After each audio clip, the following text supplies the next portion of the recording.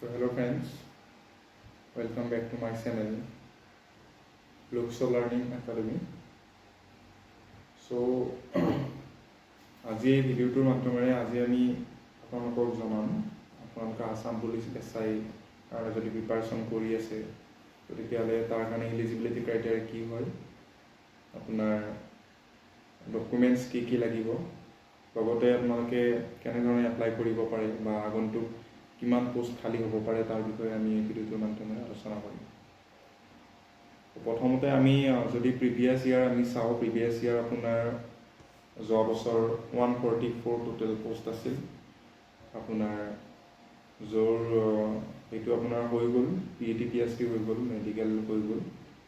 তেওঁৰ ৰিজাল্টতে বাকী আছে। চ' এইবাৰো আপোনাৰ এপ্ৰক্সিমেটলি কিবা এটা পোষ্ট আহিব, তো অলমষ্ট এইবাৰ 120টামান পোষ্ট এইবাৰ ওলাব পাৰে। তো এইটো কি হিচাপত কৈছোঁ আপোনালোকক মই পিছলৈ জনাই আছোঁ, আপোনালোকে ভিডিঅ'টো চাই থাকক। প্ৰথমতে আমি এলিজিবিলিটি ক্ৰাইটেৰিয়াখিনি চাই লওঁ, এলিজিবিলিটি ক্ৰাইটেৰিয়া কি আছে।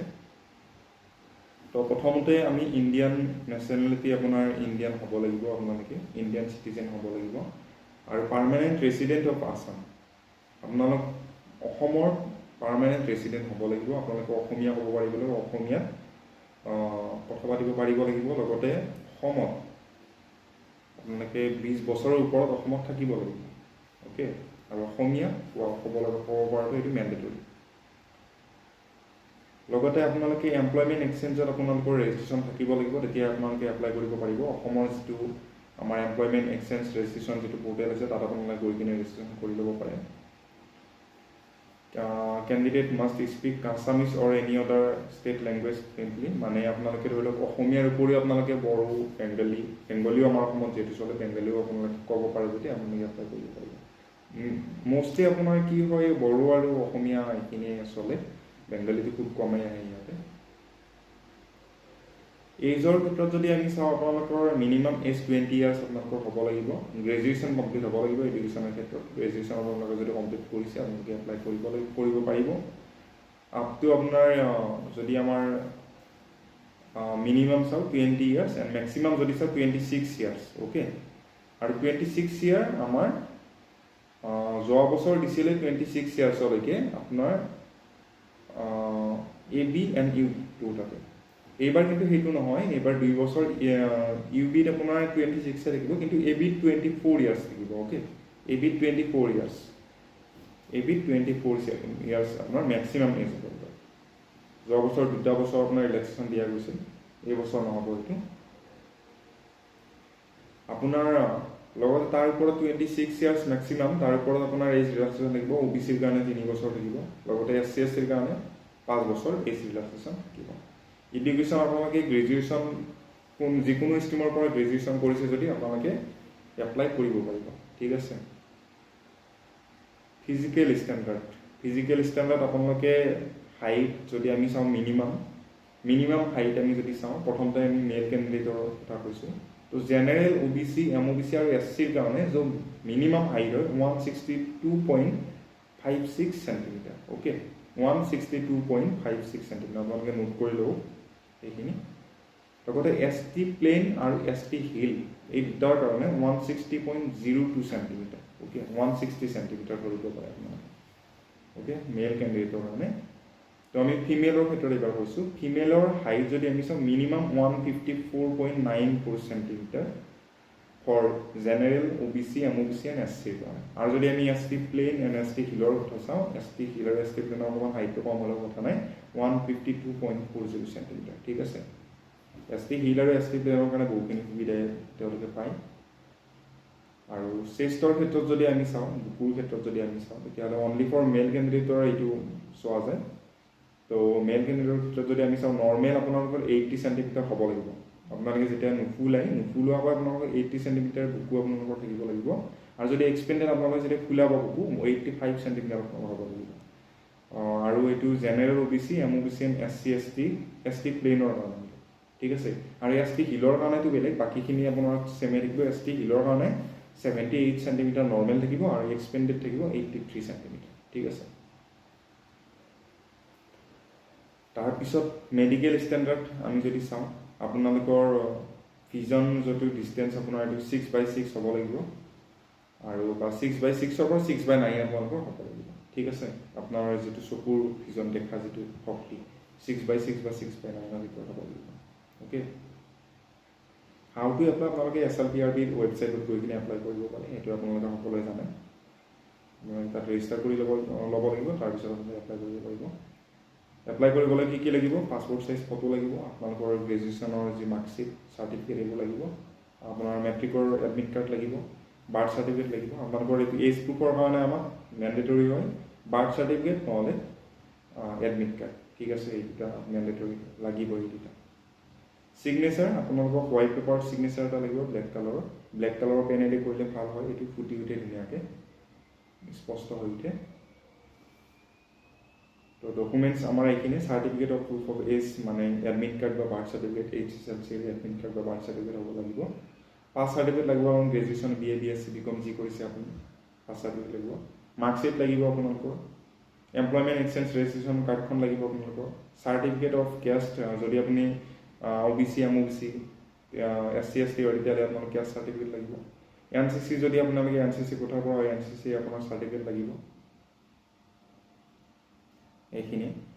লগতে সিলেকশ্যন প্ৰচিডিউৰ যদি আমি প্ৰথমতে আপোনালোকৰ ৰিটেন টেষ্ট হয় ৰিটেন টেষ্টত যদি আপোনালোক কোৱালিফাই কৰে PET PST লৈ যায় মানে ৰিটেন টেষ্টখিনি আমি ভালকৈ বুজি লৈছোঁ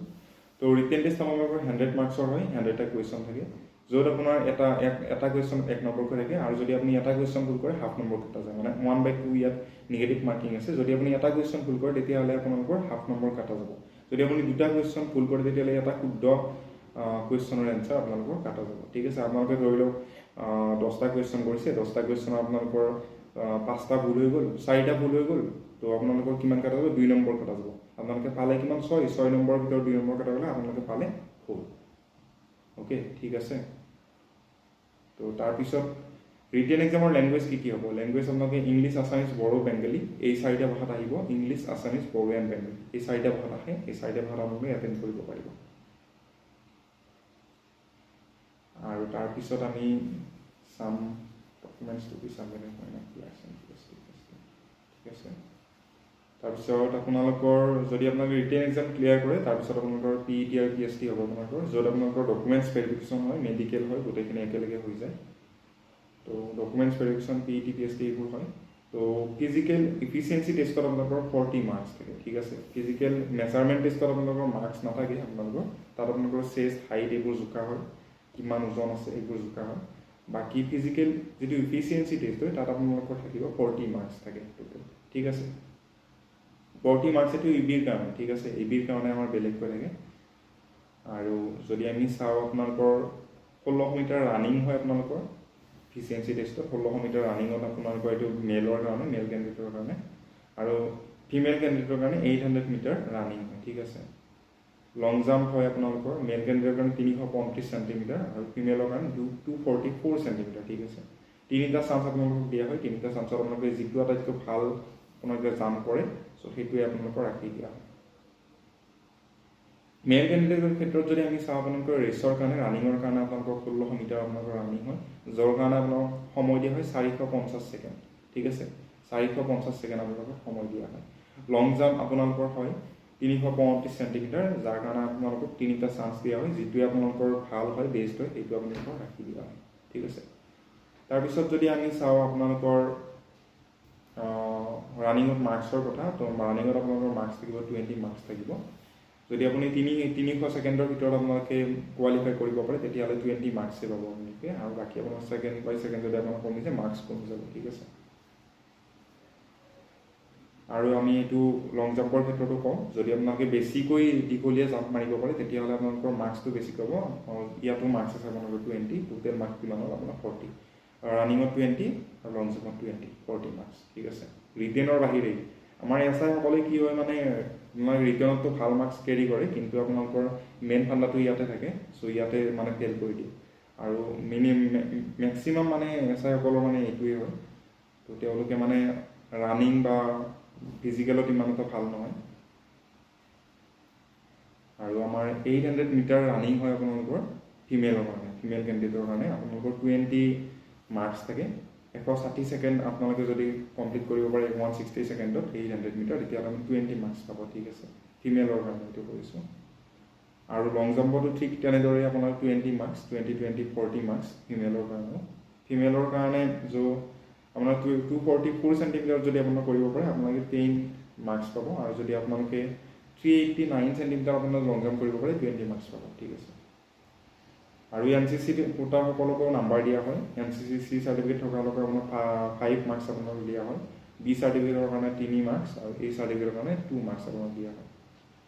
অৰেল আৰু ভাইভা হয় তাৰপিছত অৰেল আৰু ভাইভা হৈছে আপোনাৰ 5 নম্বৰ অৰেল আৰু ভাইভা হয় এইটো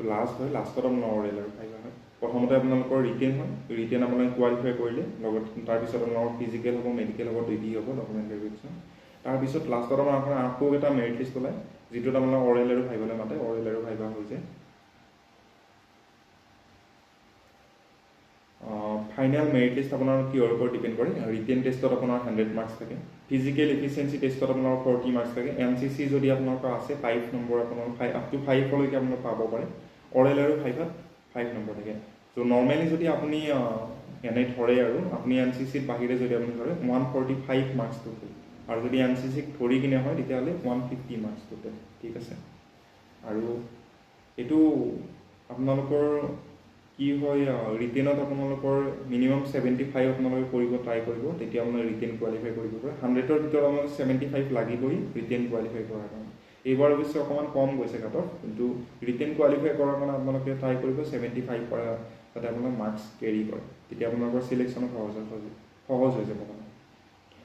আৰু ইফিচিয়েঞ্চি টেষ্টত আপোনাৰ 40 মাৰ্কছ থাকে যিটো আপোনালোকৰ মিনিমামে মানে 40 মাৰ্কছ নাপায় 22 ইমান মানে পায়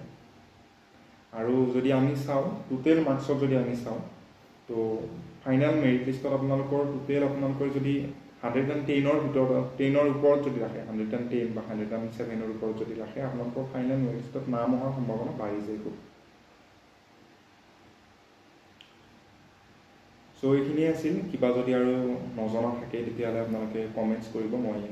কমেণ্টছৰ মাধ্যমে আপোনালোকক এনচাৰ দিবলৈ ট্ৰাই কৰিম চেষ্টা কৰিম